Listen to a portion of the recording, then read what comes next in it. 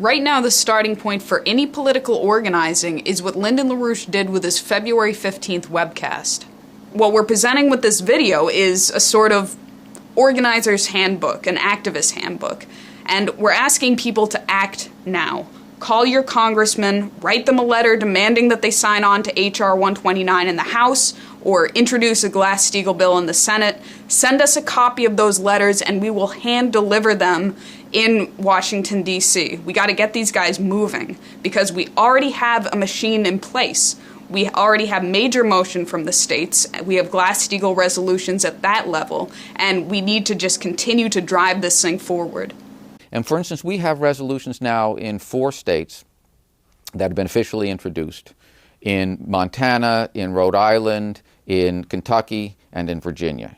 There are 3 or 4 other situations where within a week or so we may well have these introduced, and there's active work on this in another dozen states. Now, in these cases, we're finding the sponsors, some of them are Republican, some are Democrat. They are getting people from the other party as co-sponsors. Well, actually, 2 weeks ago, we got a South Dakota Republican to carry the resolution in the Senate, and shortly after that, we got the support of a South Dakota representative up there in the House that carried it on the House side. And,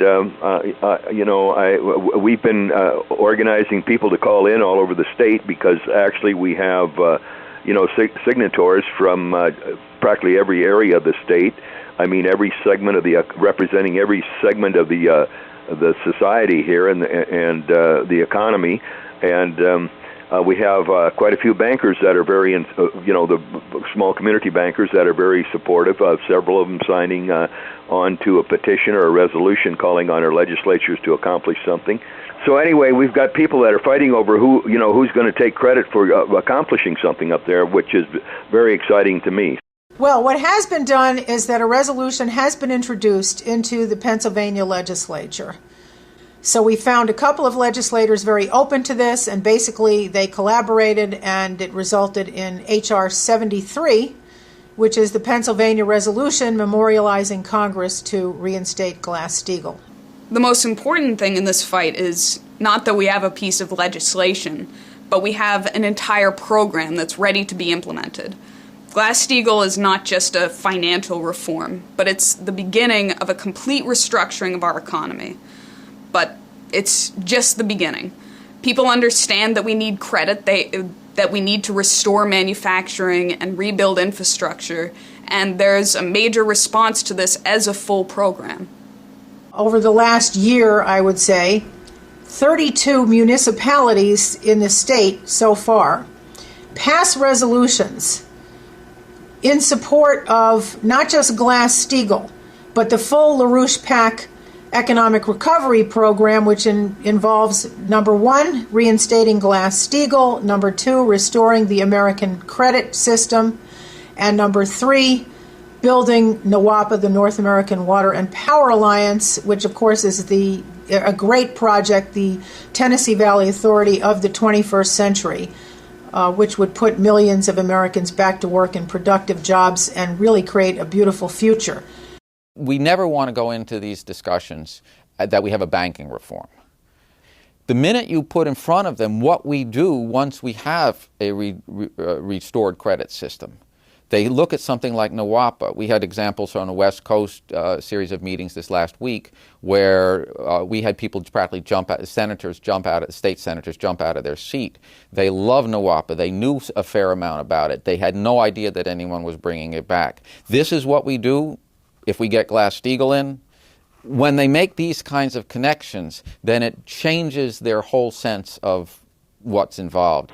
Without Glass-Steagall on the books, we would have never had, the TVA. We would have never had, I don't think we would have won World War II. We'd probably be saluting Adolf Hitler today, which we are almost with what we got in Washington. But anyway, even going to the moon would have been impossible without the initiation of Glass-Steagall back then. And I might add Peter Norbeck, the senator from South Dakota, who was probably initiator of the investigations in 1932, before Roosevelt was even elected. He initiated the investigation into what he called the banksters on Wall Street. Norbeck deserves the credit for Glass-Steagall being put on the books, and Norbeck made the statement. It wasn't who got the credit. It was that the job got done.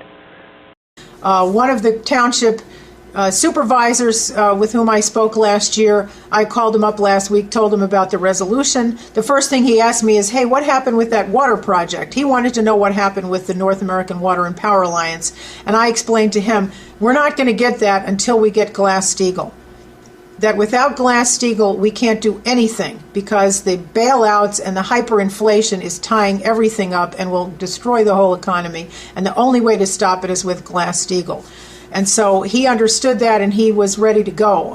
What do you need me to do to get this done? I mean, the key really is to get people to think, and sometimes that's very difficult because a lot of people don't like to think. Also, a sense of mission. For me, it's, like I said to you the other night, when I first heard NWAPA described, that's the Genesis mission, and if people don't have a vision of the future, it's impossible to call it into being. So, like I said before, you have to be the Renaissance. You have to put yourself through a Renaissance before you're able to bring a Renaissance to other people. I always carry literature with me with the NWAPA project on, and with the maglev train, the railroad system that ties Alaska and Russia together with the Bering Sea tunnel. And I don't take long to inspire people to talking about those things, and then telling them how we have to do it. I mean, I decided that I was going to organize some of the young people. So I have a 18-year-old that I have been doing some talking with. So I spent about a half an hour organizing him to call into and organizing his friends in his school there to call in to our state legislators and tell them that they wanted a future.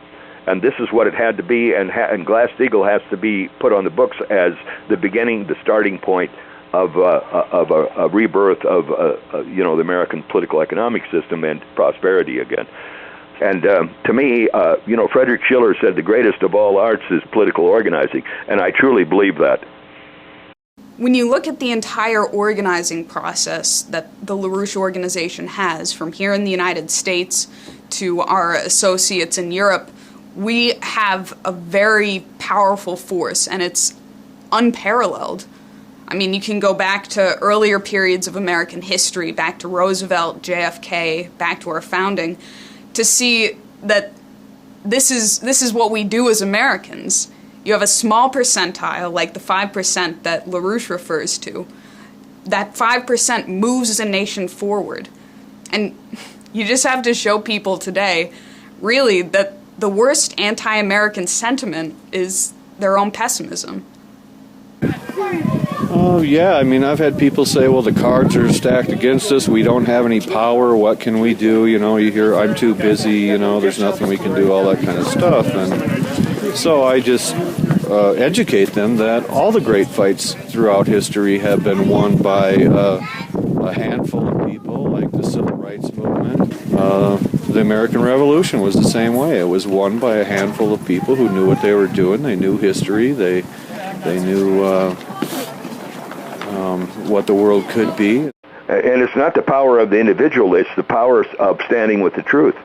The individual is very important, but I mean the power of standing with the truth and the ideas and the principles is what gives the individual the authority and the power to do what he's doing, and you must understand that.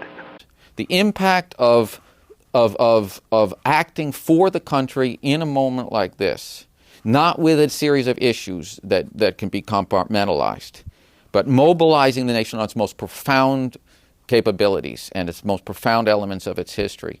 This really catches at people. And so getting them this literature, just bringing it to their attention, following up on it, recognize that this is a quality of citizens' movement that created the country, that really startles the people that you're talking to, whether they acknowledge it or not. And this is our power. We really have to exercise that power at full speed right now. What's the solution? I mean, in a word, join LaRouche PAC. Join LaRouche. We're doing it. The fact that we're fighting in the way that we are, the fact that we have created miracles, both in Washington, D.C., in Harrisburg, in some other states, and so on, telling people what we're doing and what we're accomplishing, it shows people that there's leadership, that somebody's fighting, that it's not partisan, that it's a fight to save the country, that we're making progress. People want to be part of that. We keep going down this road. We'll be the most powerful political machine on earth. We simply have to increase the density of this thing. And I think it's almost like a parallel to the way you can talk about energy flux density in physical processes. We have to increase the political flux density that we're looking at right now. And it's all these levels, and being aware of how to take a breakthrough in one, introducing a resolution at any level will bring it to Congress. Getting a letter from anybody will bring it to Congress. So everybody should be just aware there isn't simply a one-on-one quality to this thing. We're dealing with a supercharged situation where we can't predict when it's going to break through, but we know that we have to increase the density of this interaction for these breakthroughs to occur. And the background on your question is just obvious. We don't know how much time, except we know it's very little. So people should just feel, jump in with abandon. Everybody out here that wants to take responsibility for mankind, or wants to take responsibility to give their own offspring a future, must use the literature that's coming from and the videos that are coming from the LaRouche PAC organization. And that's what I call organizing. I mean, you can't keep your mouth shut, and you can't, words are important also, but words without action are nothing.